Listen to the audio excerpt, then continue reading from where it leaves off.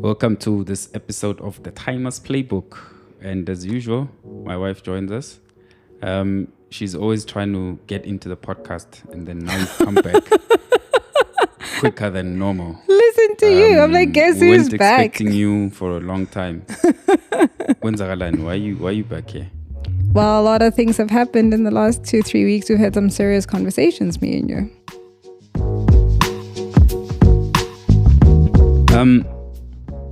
So your son was asking you about politics and voting. How did you explain voting? We just recently had general elections in South Africa to vote, to choose the party that's going to govern us for the next 5 years. So we get a public holiday pretty much when it's time to vote. There's no mandatory day. So and it was a Wednesday, so it was during the week. So society, by and large, the kid picked up that we're voting. And he wanted to know what it meant. And I told him, like, you know who our president is? Everybody chooses a leader, right? It's okay, choose a party. I'm telling you how I explained it. Okay, sure. It's like when you play football, you have a captain. Everybody chooses a leader. So in our country, the president is the leader of the country. And the country is then meant to come together and pick who they want to be. That's why we vote, and that's what voting is. And of course, TJ being TJ, looked at me for like a good 10-20 seconds, like the wheels spinning in his head. And he got to his conclusion and he said, oh, okay, so you voted? I'm like, yes, I did. He's like, cool. What are we doing now? It was that simple.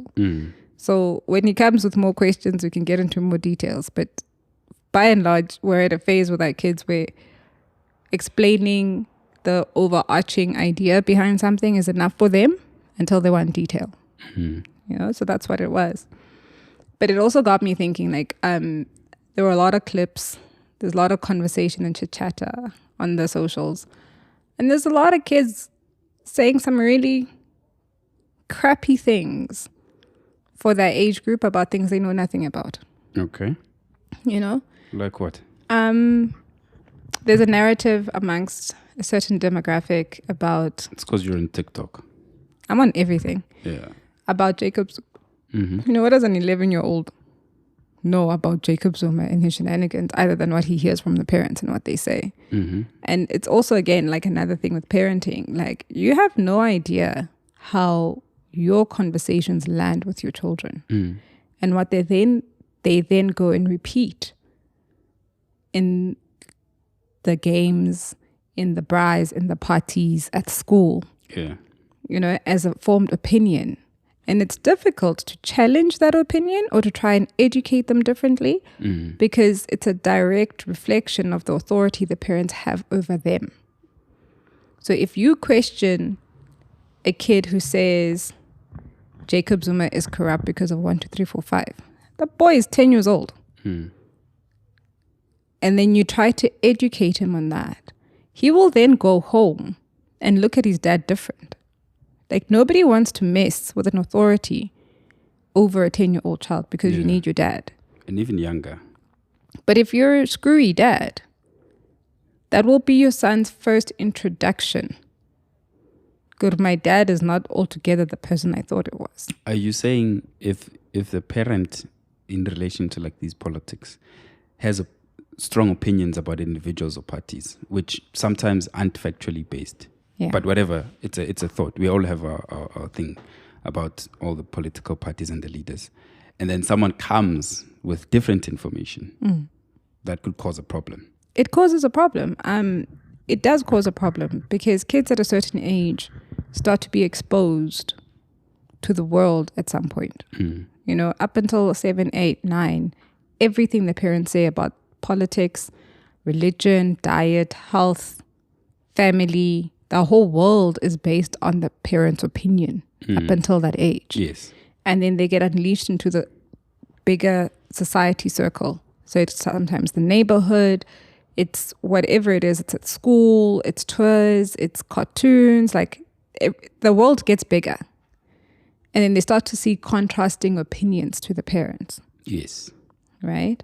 And they have to now start to decide if the parents are correct or what they're hearing is correct. And kids are very logical, contrary to popular belief. And they will only ever pick the parents out of loyalty or misplaced loyalty.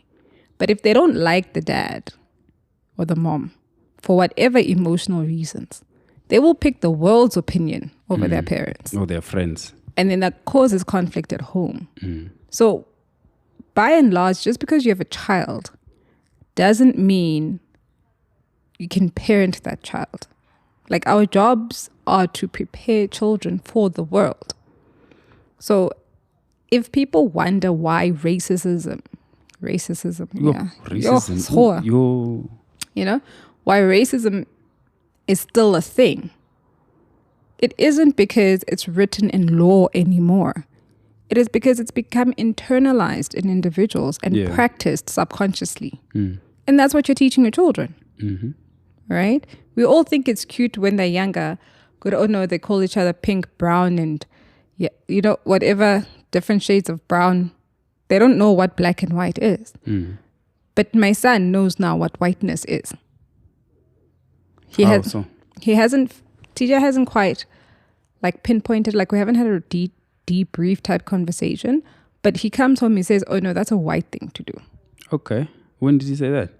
About 2 weeks ago. And I'm like, what do you mean it's a white thing to do?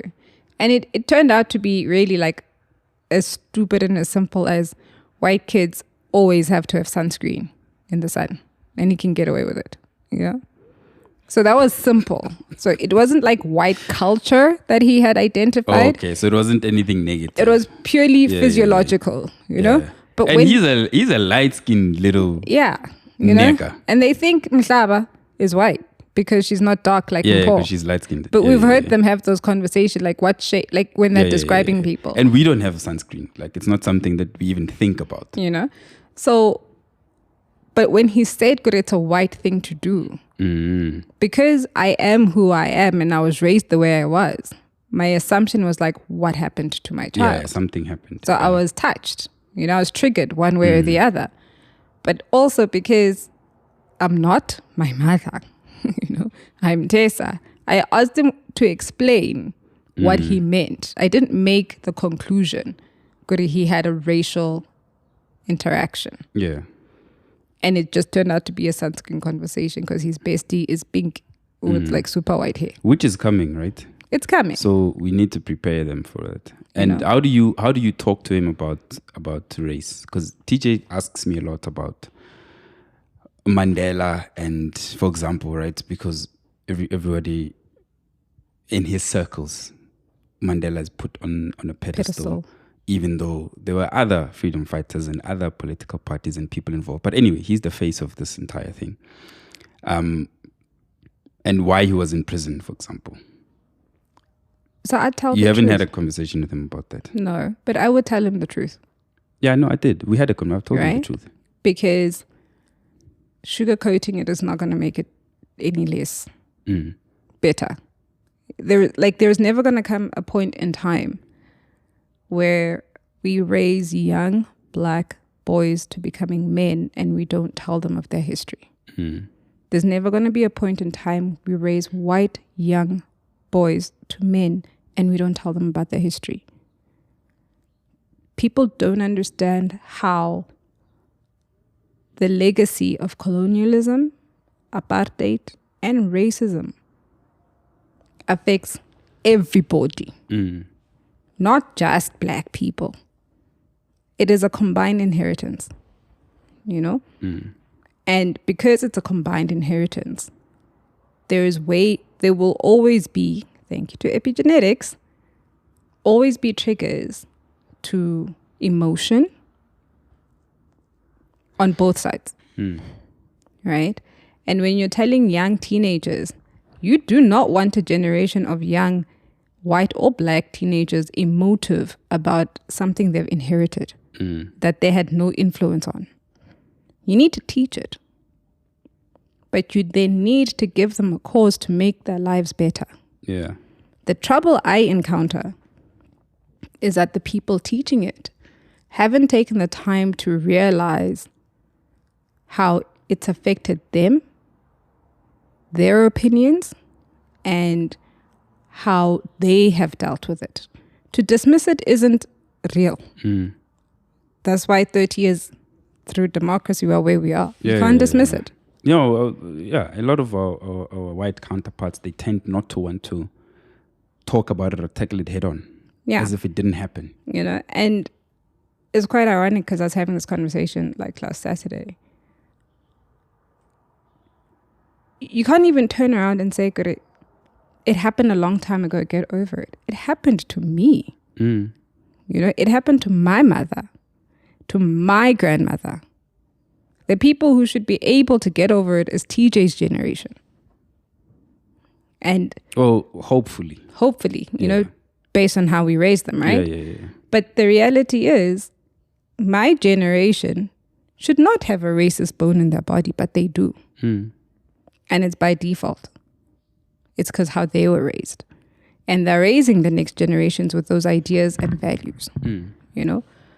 And why politics is really, really, really important. Like when we're discussing the other day, and like, oh, they're voting for this and this party has this much percentage and there's a coalition.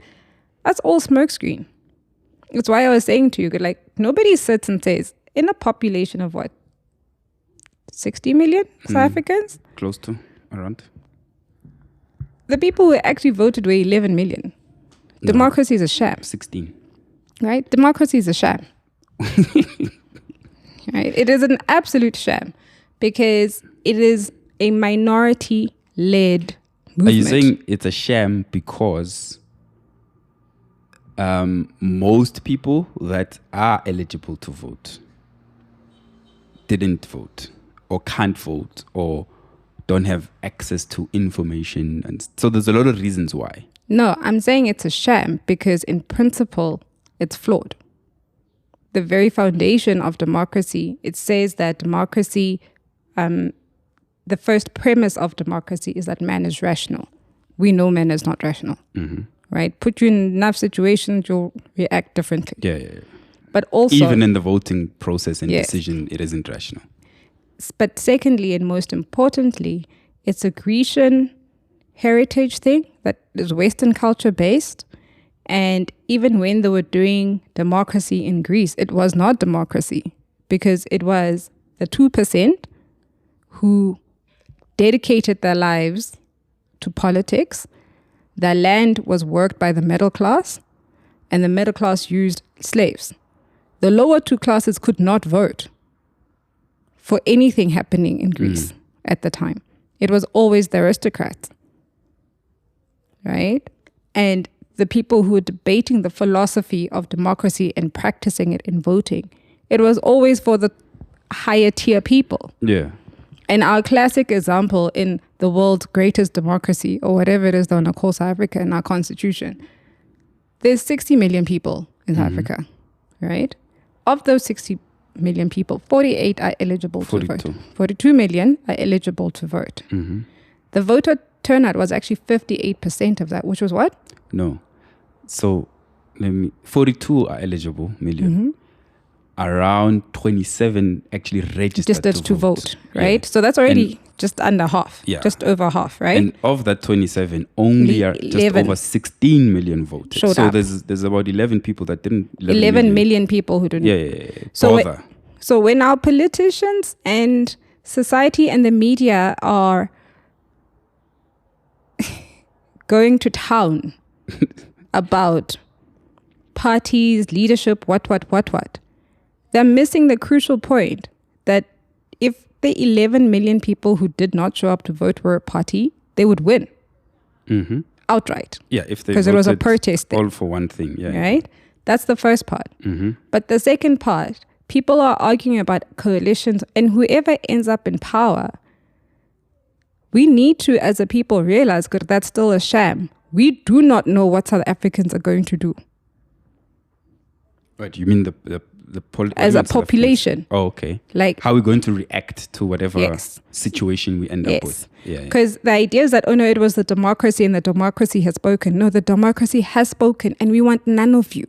So you're saying, So because hold on, you're saying, let's assume of the 42 million, right? Based off your argument, of the 42 million that are eligible to vote, right?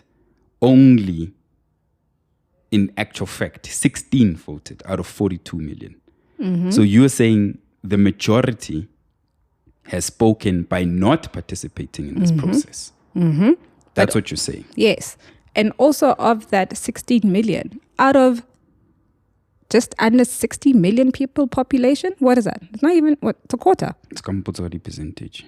Yeah, it's just under a quarter, right? So if a quarter of people are deciding the future of the majority, A, it's a minority-led government. B, there is not a single political party that will be able to galvanize South Africans. But what do you boil that down to? Because I think it's also important then that why aren't people voting? Do you think that there's a deliberate attempt to keep the majority out of the loop? Yes. Because in participating in the economy anyway, people are left out of it just naturally, sometimes just by geography, as simple as that. Yes. Right? So do you think this one is a deliberate attempt and it actually just borders on how we are structured economically, right? Because Yes. some people literally do not have access to information. There was a problem with even load shedding in some places. People couldn't vote. There was long queues, right? So some people had to be turned away. Some people have to stay there for hours so that they can vote. Like even those that could vote, it was made difficult for them to vote In certain certain space. areas. Yes. Short answers, yes, and yes. We don't spend enough time pondering the relationship between capitalism and democracy. There is no capitalistic ideal where the majority is making the decisions for capitalism. It doesn't exist anywhere in the world, right?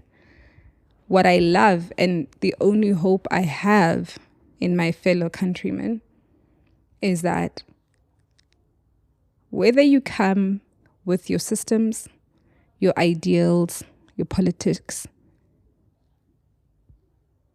South Africans will not show up for you. They will gather themselves in whatever space they want and they will tear the system apart because it doesn't work for them. The conversations we're having about politicians, who's going to lead and how it affects the whatnot, none of that makes sense to the average South African. Yeah, it's got nothing to do with us. And when we are not happy, we take it to the streets and we will burn down your institutions. Do you think we'll do that enough though?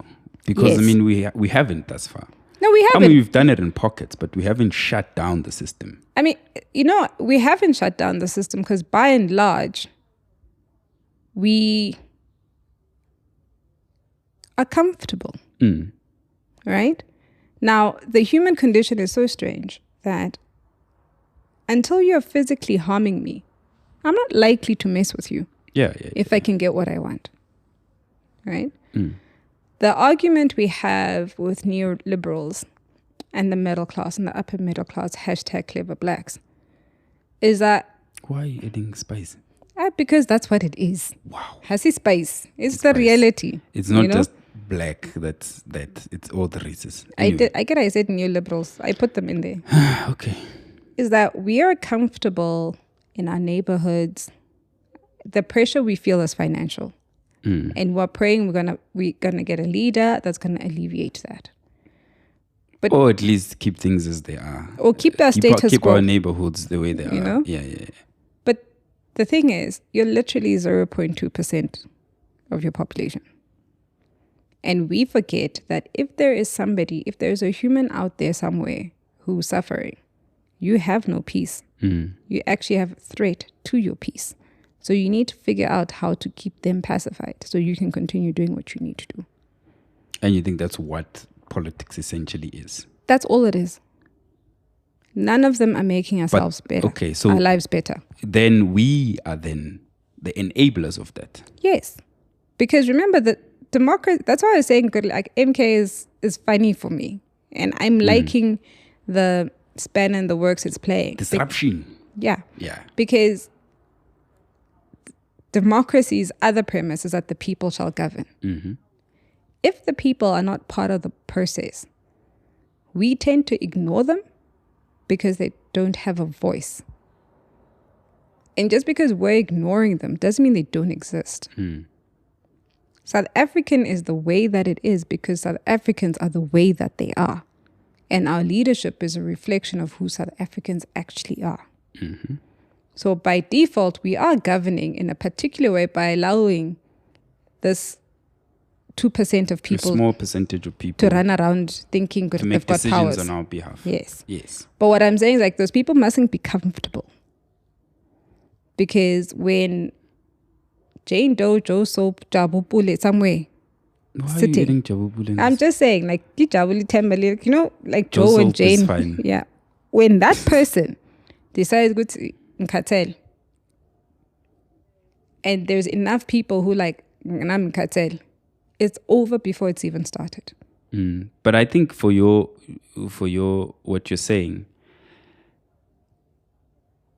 in this bubble that we're in, it's very difficult for us in the middle class to decide to disrupt that. Like you're saying, we are comfortable, but it is a problem, right? So we're comfortable to a point. Like we're constantly talking about how there just isn't enough money for stuff, right? We're strained about a lot of things. We aren't happy at our jobs. We aren't happy generally with our lives. So even this utopia that we thought we had, which is what we all aspired to at some point, isn't such a utopia, right? If you speak to a lot of people, generally, a lot of people are unhappy for whatever reason, you know? And when you add what they call politics on that, which is another problem in South Africa, people don't realize the direct correlation of their lives and what they deem as politics, how important it is. So they have decided also, okay, I'm just going to pretend that it doesn't happen.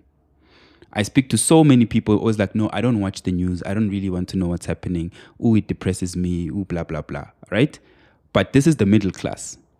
So if the middle class is the one that tends to vote and what and run the economy and blah, blah, blah, but are also the ones that are apathetic to the situation, it only gives those in power more power, right? Because the ones that could challenge you are like, you know, it's not my fight, really. I'm just going to hide my head in the sand.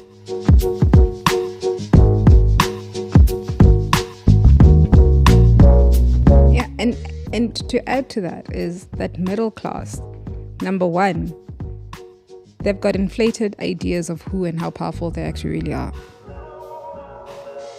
And that's what I mean. Like the politicians could be replaced very quickly. But the leaders are not going to come from the middle class. This is what I'm trying to explain to people. If you watch history, just look at what's happened in the African continent the last 80 years alone. Like, let's not even go to Europe. People who remove institutions and systems have never come from the middle class. Ever. Yeah. Right? So when we think about like parties that were speaking and targeting the middle class, who were saying the things that we actually agree with and we want to support, even they, like, you're happy and celebrating good, you've got 3 seats in parliament. Sit down. Like, sit down. Right? True. You are not powerful. You're at a precipice. True power lies with the majority. And the majority of my country people are not participating in politics, which means one thing and one thing only. Whatever people think and politicians think is happening, they have a very warped idea on reality. Okay. It's not going to happen the way that they think it happens. That's why they never make space for Jacob Zuma. That man is prolific. Whether you agree with him or not, what he's been able to do in this country, as unpopular as he is, Or deemed. right? Whatever trouble he's making, and however we feel about it, he knows what he's doing. He was threatened with jail and the country came to a standstill. And he was nobody. He was not an he was an ex-president. He was on his way to jail. This is how you see that the pillars of democracy don't hold up. They do not hold up. Not the judiciary, not finances. So you're saying it's an entirety? It's an entirety. So senzeni ke manje? Burn the whole thing? Hey, my guy. Like, you know me. Like, you know, hashtag Edie. Dictators. No. No, hear me out, right? And I've said this, and this is really the crux of it for me. Countries and nations rise and fall by their leaders. If you're for the people and you are in a said democracy, your people will thrive. Okay. Dictator, not dictator. It doesn't actually matter what political form you take. Okay. Right? It doesn't. Libya thrived under Gaddafi. It thrived. Whether you agree with who Gaddafi was or not is immaterial. Yeah, but people succeeded. We were sold dreams about that. Right? Now that we've come to find out. But what I'm trying to say is, like, ultimately it is the people themselves who will determine their quality of life. So everyone who gets into power, and this is the part the media never discusses. I haven't heard one platform that targets the majority of South Africans discuss what really, really happened with our voting this time. The majority of the country is not participating in politics. So you're saying there's a lot to answer for. There is plenty to answer for. And because of that, it's not going to take people that much longer to want to take their power back. Are you saying we could see a situation like in West Africa, right, where young people specifically are organizing themselves, and basically taking over, right? Burkina Faso, Niger, Mali, even though the allies of the West tried to come after them, the people are like, no, not having it. I think Nigeria had tried to interfere in some of those places, and the people told them, even their armies were like, we're not doing this for you. Senegal's got a young president now, I think in his 40s. Yeah. So there's a wave happening on the continent where young people are saying this is enough. And for whatever reason, however way they shape it, whether you call it's a guerrilla army or paramilitary, whatever it is. American propaganda. Right? They are taking back what's theirs and renegotiating these agreements that they have with the West for their resources underground, which is essentially what they need from us. Yes. We haven't gotten to that place yet. But for me, there are clear examples that, as hard as it is, I'm sure it's not an easy thing. It's not a solve that's going to happen yesterday. But your resources are your resources. Yeah. And they only leave your country because your leaders are allowing it and benefiting from it. And you can only do that to a point. And tonight, no, but it's to a point. I have no doubt there are a lot of people who are way more militarized than us, who are already thinking about the stuff, who are thinking about, okay, how do we take back what's ours? And by take back, I mean, how do we have the majority accessing everything that they should be accessing? Yeah. It isn't okay that a small number of people like us have the right to live in the suburbs or send their kids to good schools, right? Yeah. In this country, there's problems with crime. I won't even get into that.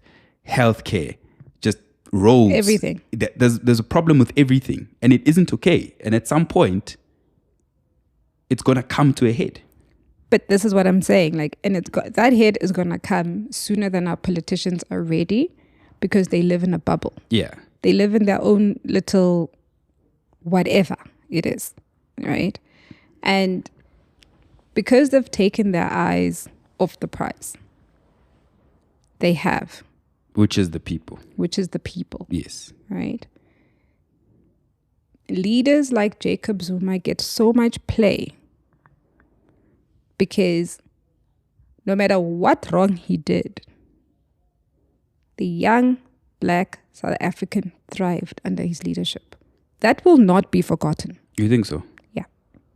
That's not forgotten. I must check the stats on that. Right?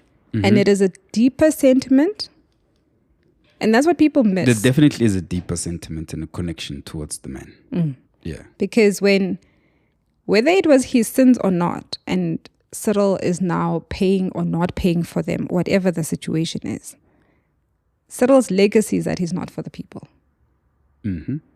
And we don't want him. And the people have spoken, you're correct. And we don't want him. We will not have another white ruler in my lifetime. I can tell you that for free. In my lifetime, no. However, Tricky. no, wait. However, we won't allow them, like we will never allow the ANC too much power. Like what we did now, and that's the middle class. Yes. We diluted their power. Yes. I think it's everybody. Everybody was like, yes, they need But to be I can tell diluted. you for free, baby, just on pure behavioral sciences, South Africans are not going to ever vote a white person into power. But do you think that's enough, though? I mean, you could still vote for a party and have a black leader who is just as... We will take our blackness. Do you know why? Even if he is fucked up. Yeah. Do you know why? Because the white bosses at work don't see us. But the black leader could still not see you too. No, my God. I guess we can deal with blackness. This is how people think. And I said it's behavioral science. I didn't say it's logic. Oh, okay. Right? It's not pragmatic in any shape, form, or manner. Okay. It's not pragmatic. Mm-hmm. There is a thing inside black people in my country. Doesn't matter what generation you are. That doesn't sell out to whiteness. Mm-hmm. We don't trust them. We don't believe them. We don't think they'll do good for us. And when you need to find examples, you look at the political parties. They have not done anything for black people. You will look at your bosses at work. There's discrimination, even right down to the pay gap. You look at the dads on the soccer fields. You know, they're nice to you, they're polite to you, but you're very much aware that they're nice to you and they're polite to you. You will look at your interactions with whiteness at the mall, Abu Karen, and all sorts of things, right? That doesn't mean black people don't have their versions of Karen. But we know as a society intrinsically, we have not bridged that divide. It hasn't happened. And until that happens, it's not likely white people will ever be in power in this country again. It doesn't matter what generation you're speaking to, because our experience of these things is discriminatory. I think that's a very interesting theory. And I hear a lot of people saying that. Right? But I think, baby, the way, number one, we aren't participating, but also the way a lot of people have been let out of the democratic and economic process, that situation alone could see us allowing for that to happen. Not even directly. But the fact that now the ANC is in conversation about with a coalition. The DA. Yes. But, right? But here's the crazy thing, right? If they pick the DA, which they will, I will bet you money our country comes to a standstill. I will bet you real money. I swear I'll bet you real money. Because we're happy to mess around with blackness. You know, we'll put up with... To move around EFF, MK, ANC, RISE. Yes. Yes. And this is why I'm saying democracy does not have a leg to stand on. We will mess around with blackness as long as we can, or however long we're willing to tolerate it. But the day somebody says John Steenhuisen is our president, pelile. We are not taking that down lightly. We will burn things. Are we burning or leaving then? So this is the crazy part, like about black people. Like, I don't know if we'll burn things or we will quiet quit or we will do something, but we will refuse to be led by whiteness. Sure. To whatever capacity and to whatever outcome that looks like. Right? What we need, and this is what, it's my personal feeling on it. We need people who understand where the nation is and what it is that we need to do economically to make people thrive. Yes. We need to understand that as a people, black culture and black values are a direct contrast to capitalism.